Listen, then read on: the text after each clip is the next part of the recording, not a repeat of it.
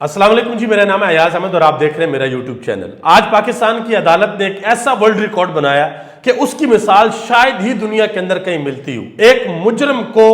जमानत दे दी गई है और दूसरी तरफ एक बंदा जिसका नाम इमरान खान है, वो जेल के अंदर बंद है। वो 200 मरतबा अदालतों के अंदर पेश होता है सिर्फ जमानत लेने के लिए, और जजेस के आगे वो हाथ जोड़कर ये कहता रहा कि मुझे बार बार जमान पार्क से आना पड़ता है, मेरी सेहत ठीक नहीं है, मुझे व्हील चेयर के ऊपर आना पड़ता है, मेरे ऊपर हमला हुआ है, आप मुझे वीडियो लिंक के जरिए अदालत के अंदर मेरी हाजिरी लगवा लिया करें। और इसी इस्लामाबाद हाई कोर्ट के चीफ जस्टिस आमिर फारूक साहब ये कहा करते थे कि इमरान खान तुम्हें लाहौर से आना पड़ेगा, अगर तुम नहीं आओगे तो तुम्हारी जो जमानत है हम उसको खारिज कर देंगे। और आज चश्मे फलक ने एक ऐसा नजारा देखा पाकिस्तान में कि जो मुजरिम है, मुल्जिम नहीं मुजरिम, जिसको सजा हुई है, वो अदालत तो क्या वो मुल्क के अंदर नहीं है और इंसाफ उसकी दहलीज पे पहुंचा दिया गया। आज जो हुआ वो मैं आपको बताने के लिए जा रहा हूं। पहले आपको यह बता दूं कि 1 अक्टूबर 2020 को एहतसाब अदालत से नाकाबिले जमानत वारंट गिरफ्तारी जारी हुए थे नवाज शरीफ के, और 1114 दिन तक इश्तियारी रहे नवाज शरीफ साहब। और फिर क्या हुआ कि आज के दिन 18 मिनट की समाअत के बाद उनको जमानत दे दी गई है। नैब ने कहा हमें किसी किस्म का कोई मसला नहीं है, नवाज शरीफ साहब को आप जमानत दे दें। और हालांकि सुप्रीम कोर्ट का एक फैसला है इसके ऊपर कि जब कोई मुजरिम इस तरीके से जाता है तो वो अदालत के आगे आके सरेंडर नहीं करता, वो इश्तियारी हो चुका होता है, उसने पुलिस के आगे आके सरेंडर करना होता है। लेकिन ये नवाज शरीफ है और नवाज शरीफ के लिए आपको पता है कि सारे का सारा जो निजाम है उसको बदला जा रहा है। और पहले जो बड़े बड़े रिकॉर्ड्स हैं हमारी अदालतों के पास, उन रिकॉर्ड्स को तोड़ा जा रहा है। मैं एक मिसाल आपके सामने रखता हूं। इमरान खान को तोशाखाना में जब सजा दी गई तो जज हमायूं दिलावर ने 32 सफ़ों का फैसला सिर्फ 35 मिनट के अंदर लिखा और इमरान खान को सजा दे दी। और आज क्या हुआ, आज जज बशीर ने 10 सफ़ात का फैसला सिर्फ 4 मिनट के अंदर लिखा और नवाज शरीफ साहब को उन्होंने जमानत दे दी कि नवाज शरीफ साहब आ जाए, किसी किस्म का कोई मसला नहीं है। और यह मकबूल जान ने इसके ऊपर एक बड़ी अहम बात की है।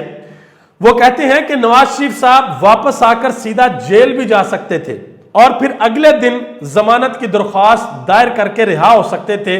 लेकिन नवाज शरीफ ने पाकिस्तान के अदालती निजाम को नंगा करना और उसकी बेबसी का तमाशा बनाना मुनासिब ख्याल किया। और आज 24 करोड़ अवाम ये जान चुकी है कि हमारी अदालतें किस तरीके से काम करती हैं। ये इंसाफ किसी को देती हैं, किसी को नहीं देती हैं। जिसको दिल करता है दे दे, जिसको दिल करता है उसको ना दे। मजीद आगे उन्होंने कहा कि तरीक शायद है कि जब कभी जालिमों, चोरों, डाकुओं, लटेरों और गासिबों का अंजाम करीब आता है तो मेरा अल्लाह उनकी पनागाहों से निकाल कर एक जगह पर उनको जमा करता है और फिर खल्के खुदा को हिम्मत, ताकत, कुव्वत और हमीयत अता करता है ताकि वो उनसे अपने ऊपर होने वाले जुल्म का इंतकाम ले सकें। मजीद उन्होंने लिखा कि पाकिस्तान के अदालती निजाम से इंसाफ का तस्वर दफन हो गया। नवाज शरीफ को नैब के एतराज ना करने पर जमानत देने का मतलब है कि अगर कोई मुजरम और तफ्तीशी अफसर ये दोनों आपस में मिल जाएं, इन दोनों का आपस में गठजोड़ हो जाए तो मुजरम बाइज्जत बरी हो जाता है। आइंदा से अदालती गाउन चेयरमैन नैब को पहनाकर उनको जज की कुर्सी के ऊपर बैठा देना चाहिए। समी इब्राहिम ने तनकीद करते हुए कहा कि इस्लामाबाद हाई कोर्ट की दुनिया भर में तारीफ हो रही है, लोग रोते हुए सड़कों पर निकल आए हैं। एक मजलूम, यतीम, मस्कीन को तेज तरीन इंसाफ फराहम करने पर इस्लामाबाद हाई कोर्ट को एकेडमी अवार्ड देने की दरखास्तें हो रही हैं कि कमाल किस्म का काम किया। और आप यकीन करें कि इस वक्त जो सबसे बड़ा मसला है, 24 करोड़ अवाम एक चीज सोच रही है। एक तरफ तो इमरान खान की दरखास्तों के ऊपर फैसले महफूज किए हुए हैं, इसी इस्लामाबाद हाई कोर्ट ने फैसले जारी नहीं किए जा रहे, और दूसरी तरफ नवाज शरीफ साहब की जो बायोमेट्रिक है वो भी नवाज शरीफ साहब खुद नहीं करते हैं, ताला तारड़ करते हैं आके उनकी जगह पे, और समाअत होती है, बेंच बनता है और नवाज शरीफ साहब को जमानत दे दी जाती है। वो अदालत के अंदर भी मौजूद नहीं है और मुल्क के अंदर भी मौजूद नहीं है, फिर भी उनको जमानत दे दी जाती है। और दूसरी तरफ पाकिस्तान तहरीक इंसाफ के कारकुनान है, उनके रहनुमा है, उनको अदालतें जमानत देती हैं, फिर उनको गिरफ्तार कर लिया जाता है। पहली बात तो यह कि जमानतें मिलती नहीं है। इमरान खान साहब को अभी तक जमानत नहीं मिली। जो पाकिस्तान तहरीक इंसाफ की खवातीन है, जो पाबंदे सलासल है, उनको अभी तक जमानतें नहीं मिली। लेकिन दूसरी तरफ जो मोहतरम नवाज शरीफ साहब हैं उनके लिए अलहदा से क़वाइद व ज़वाबित है। आगे आ जाए जी। ایک اور ڈیولپمنٹ یہ ہوئی ہے کہ بشرا قمر جو کہ نائب صدر ہیں سپریم کورٹ بار ایسوسی ایشن کی، انہوں نے کہا کہ سپریم کورٹ نے اپنے مفاد کے لیے پریکٹس اینڈ پروسیجرل پر تو 3 دن میں فیصلہ سنا دیا، لیکن جو پوری قوم کا مسئلہ ہے الیکشن اور ملٹری کورٹ، اس پر ابھی تک خاموشی اختیار کی ہوئی ہے۔ جسٹس قاضی فائز عیسیٰ صاحب نے کیمرے لگوائے تھے اور پورے پاکستان کی عوام نے پھر دیکھا کہ کس طریقے سے شعبہ بازی ہوئی ماشاءاللہ، اور آخر میں پھر اپنا من پسند فیصلہ وہ بھی جاری ہو گیا۔ لیکن جو 24 کروڑ عوام ٹیکس دیتی ہے اور اپنے ٹیکس کے پیسوں سے پاکستان کے نظام کو چلاتی ہے، پاکستان کے اداروں کو پالتی ہے، چلاتی ہے، اس عوام کا سب سے بڑا کیس یعنی کہ عام انتخابات، اس کی درخواست سپریم کورٹ کے اندر پڑی ہوئی ہے، لیکن وہ درخواست ہمارے عزت مآب چیف جسٹس جناب محترم قاضی فائز عیسیٰ صاحب نہیں سن رہے۔ اب دیکھنا یہ ہے کہ وہ اس درخواست کو کب سنتے ہیں۔ آگے آجے نواز شریف صاحب کی آپ کو پتہ ہے آمد ہے، اس کے حوالے سے پہلے تو یہ ہوتا تھا کہ جی نان ہوتے تھے، جی نان ملیں گے آلو والے قیمے والے، پھر ذرا تھوڑی ترقی ہوئی، پھر لوگوں نے سوچا بھائی اب صرف لوگ نان پہ نہیں آتے، اب جی بریانی والے ڈبے آگے، جی بریانی ملے گی، پھر وہ ترقی ہوگی، پھر یہ کہا گیا کہ 100-200 بندہ اکٹھا کر کے لے کے آؤ اور جو 500 بندہ لے کے آئے گا اس کو 1 to 5 ملے گا، پھر بھی ترقی نہیں ہوئی، مطلب پھر بھی لوگوں نے آنا مناسب نہیں سمجھا، پھر ولیمے والے بڑے بڑے جلسے کروائے گئے، وہ بھی فلوپ ہو گئے، اور پھر یہ کہا گیا کہ نواز شریف صاحب کے جلسے میں جانا ایسا ہوگا کہ جیسا آپ نے جنت کی ٹکٹ لے لی۔ یہ ایک بہت بڑی ڈیولپمنٹ تھی۔ اب دیکھنا یہ ہے کہ نواز شریف صاحب جب آتے ہیں بیانیاں کیا بناتے ہیں، کیونکہ